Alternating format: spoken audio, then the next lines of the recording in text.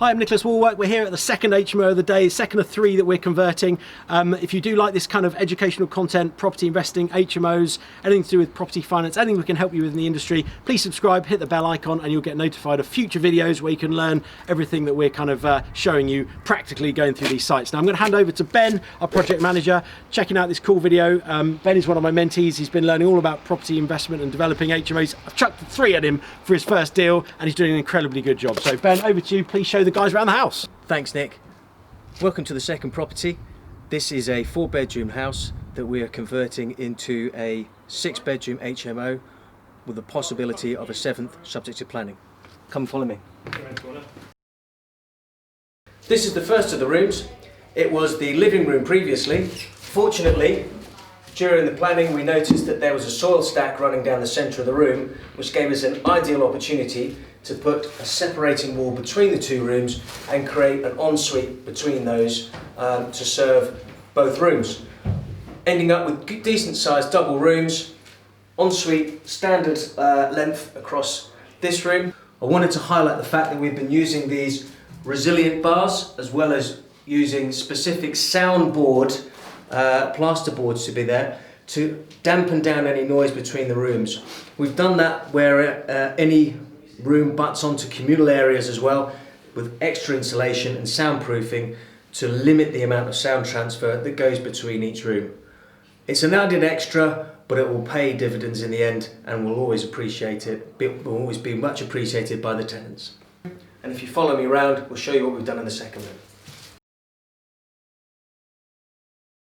Welcome to the second room. Lots more work going on here, slightly different shape, and so again we've elected to go for the 50 pence piece or part hexagonal type of ensuite to get the maximum use of the space available in the room.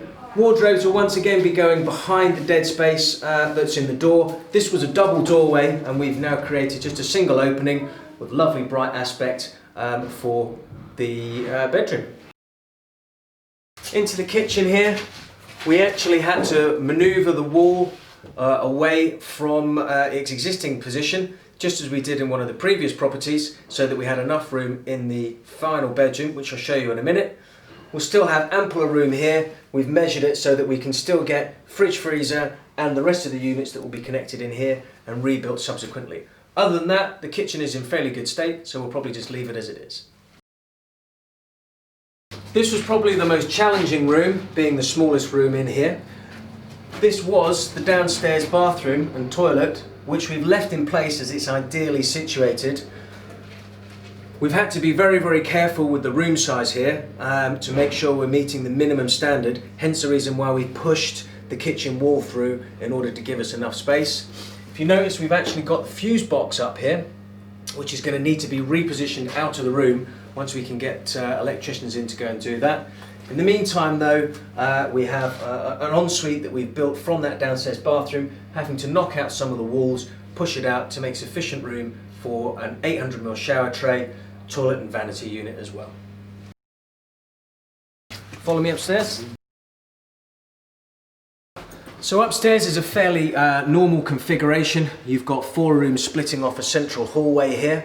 The original plan was to hopefully try and get all the rooms to have en-suites, but on reflection we've decided to let 2 of the rooms share the master bathroom area here, as the reconfiguring was just going to be too much in terms of cost versus time saved and labour required. So we've elected, after much consideration, to just leave those 2 rooms to share a master bathroom, and then these 2 have existing en-suites. So there's very little work to be done up here.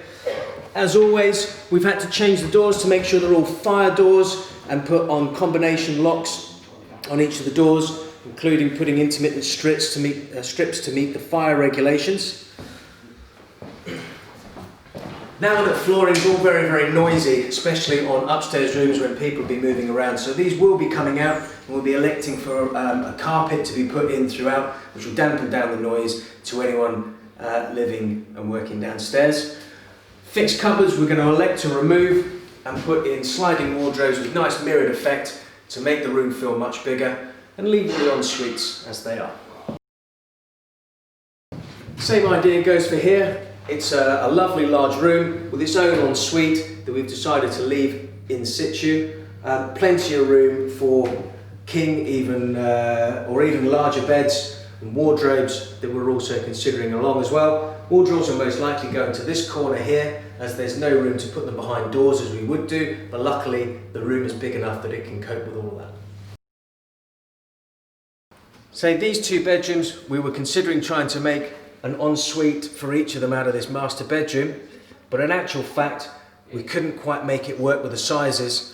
So after much deliberation and lots of different plans, we're moving them all around, we've elected to actually just go for having these 2 bedrooms with a shared bathroom facility on this floor, which just makes more economic sense for time saving, cost saving, and ultimately getting tenants in and enjoying the properties as quick as we possibly can.